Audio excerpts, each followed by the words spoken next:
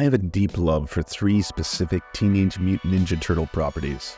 The first is an absolute love for the 1987 TV series of the same name and toy line, which I, as a child, was clear to explain to my parents was the only acceptable Christmas present worthy of getting me. Unless, of course, it was Ghostbusters. But, I couldn't ask for a Nintendo, video games weren't permitted, so yeah. The second is the old live-action movies. The Secret of the Ooze, for all its faults, was one of my favorite theater experiences as a child, and I remember leaving the movies to go home and wrestle with all my cousins pretending that we were characters from the series. The third was the video games. I completed the impossible TMNT NES game on the PC port version because we didn't have a Nintendo, and wasted endless quarters beating both the TMNT arcade game and Turtles in Time. For a relatively silly property that inspired an endless amount of clones, there has to be something so strangely balanced between these four reptilian ninjas that had name based on artists that I had no knowledge of. I, like most class clowns, love Michelangelo the most, and always wanted to be him in any game I played or reenactment we performed. I had a soft spot for Leo and Don, don't get me wrong, but Mike was always my boy. And I kept Ralph at a distance because I knew he was troubled and needed our support. At its core, it's a story about family. Four brothers having incredible adventures in a world that's both afraid and hostile to them. They lived by their own rules, had their own code, and pizza always made everything better. For all its intents and purposes, the original animated series had my April O'Neil as well, in a yellow jumpsuit, and certainly was the basis for some early crush feelings that I didn't know or fully understand, but I knew I wanted Michelangelo to marry her for some reason. Pizza's ready! Fast forward decades later, and we have so many versions of the Turtles now. Multiple animated series, multiple film interpretations, and endless toy lines to keep the kids purchasing plastic they'll all grow out of. The original animated film in 2007 by Kevin Monroe seemed like a fine entry into the series. Even though I'd long grown out of it by this point, I was more than happy to see the boys and Master Splinter return to the silver screen in a fun way. And came the Michael Bay monstrosities, and honestly, the less said about them, the better. When I heard there was a new animated film being produced, written, and handled by the Seth Rogen crew, I was actually kind of hopeful. We've got a quiz for you. Break down these terms or admit that you're old. Out of touch. A boomer. Okay, we get it. For all his faults, Seth Rogen grew up in the exact same generation as me, and actually in the exact same area as me. And considering what a masterpiece Shredder's Revenge the video game was in 2022, by hearkening to what made the original arcade game so fun, if anyone was going to restore the joy and kick-ass feeling of the original series, it would probably be the Point Grey crew. Canadians to the rescue, or so I thought. Because before the movie had even been released, the controversy began. April O'Neil was black. Every neckbeard on the internet suddenly had a very strong opinion on how this movie was joining the ranks of the dreaded wokery, and was destroying the Aryan purity of the original series for points on the wokeness-o-meter. The song and dance was so typical of this point, but this time it felt a little more personal. Really sorry, Splinter. Some of the guys wanted to get pizza, and I tried to talk them out of it. You ratted us out. Hey, don't use that word that way. I mean, it's 2023. Sorry, Dad. The trailer was absolutely darling, showcasing an animation style that felt like a blend of stop motion, hand-drawn, and a conservative dose of CG to squeeze it all together. Then the iconic opening notes from Tribe Called Quest's Can I Kick It began playing, and I'll be honest, I was hooked. The hip-hop of my childhood blending with the heroes of the same era, just a masterfully blended nostalgia bomb for me, just too powerful to resist. Cool. No, not cool. A bit cool. I was officially excited for a cartoon movie for kids for the first time as an adult. It wasn't just Tribe either. The soundtrack was loaded with incredible hip-hop albums. Ante Up by M.O.P., 36 Chambers by Wu-Tang, No Diggity by Blackstreet, Shimmy Shimmy Ya by ODB. The list was endless. Oddly, all the songs me, a white-skinned native kid up in Canada, was blasting in high school. Clearly a similar timeline that Rogen and his team were trying to invoke in the film. That mixed with an incredibly diverse cast and people on the internet whose entire economy is based on pretending to be mad about childhood properties going woke, calling the movie the Black TMNT or the Woke Turtles.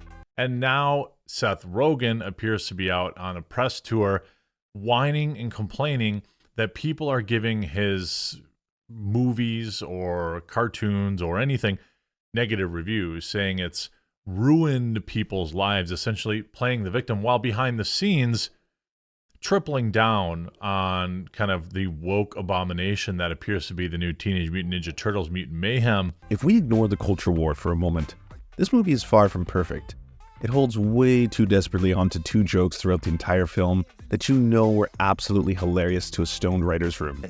What is this machine? This machine? Does that say milking machine? No, what? definitely not a milking machine. Of that. It's a milking machine. See? I told you. They milk you. What if we have Splinter, played beautifully by Jackie Chan, by the way, constantly say that humans want to milk the turtles or something, and then keep referencing that?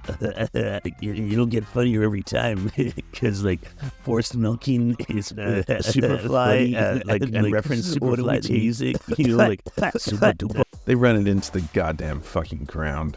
The irony of people losing their shit over the film being too diverse or even ethnically changing characters is that this is still a team of white people and Jewish people, producers, executive producers, writers, calling all the shots and making references to black culture in a variety of ways without having black people be part of the creative process. There's amazing representation in the casting choices, but way less in the actual production side. You'd think the same neckbeards losing their shit over April would have recognized this. But there's a big reason they're mad at April being black, and not Baxter Stockman. They're too afraid to admit that they feel like they've somehow lost their first love in the process. The biggest tell? They're ignoring the actual origins of the character. You see, TMNT is based on the dark and adult black and white comic, where the original character of April O'Neil clearly appears to be of mixed race. The two creators of the series, Eastman and Laird, originally planned for the character to be Asian, and Kevin Eastman would later go on to say that she was mixed race and based on his then-girlfriend, who was multiracial. When the black and white series was re-released in color, the character became a white redhead. Speculation mounted that it was due to their contract with Playmate Toys, who wanted the character to be whitewashed in order to produce a more lucrative toy line, and voila. The character of April O'Neil would be a white redhead for the next several decades until now. And guess what? April being black takes absolutely nothing away from the film. If anything, it enhances it by not only being refreshing in her presentation, but in her character's purpose itself. April is perfectly balanced as the only human who accepts the turtles and wants to help them, using her early chops as an aspiring reporter who can't do live shows yet without vomiting, to try and change their public image from scary mutants to superheroes. She's not a weird mother figure to the turtles, she's one of them. Just a confused teenager trying to find her place in the world. Dad is texting us. He's freaking out of it. Well, at least all parents are the same. 100%. Yeah, for sure. Our dad is definitely not a giant rat. That makes me feel like he's a rat.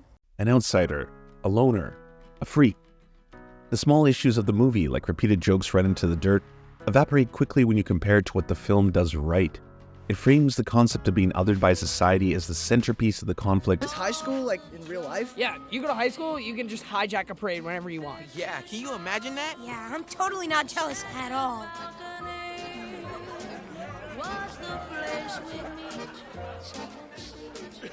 And really breathes life back into what makes the Teenage Mutant Ninja Turtles fun. The turtles kicking ass and being silly along the way. Even as an adult, I'm not immune to the slow motion sequences of the turtles being absolutely badass, battling together as a team with all their strengths and weaknesses against some of the silliest and fun enemies the series has to offer. The core of the series is held in place. The dynamics are perfectly balanced, and you really end up rooting for the turtle family the whole way through because Jeff Rowe clearly loved what made the original property so fun in the 90s and wanted to bring that to a new generation.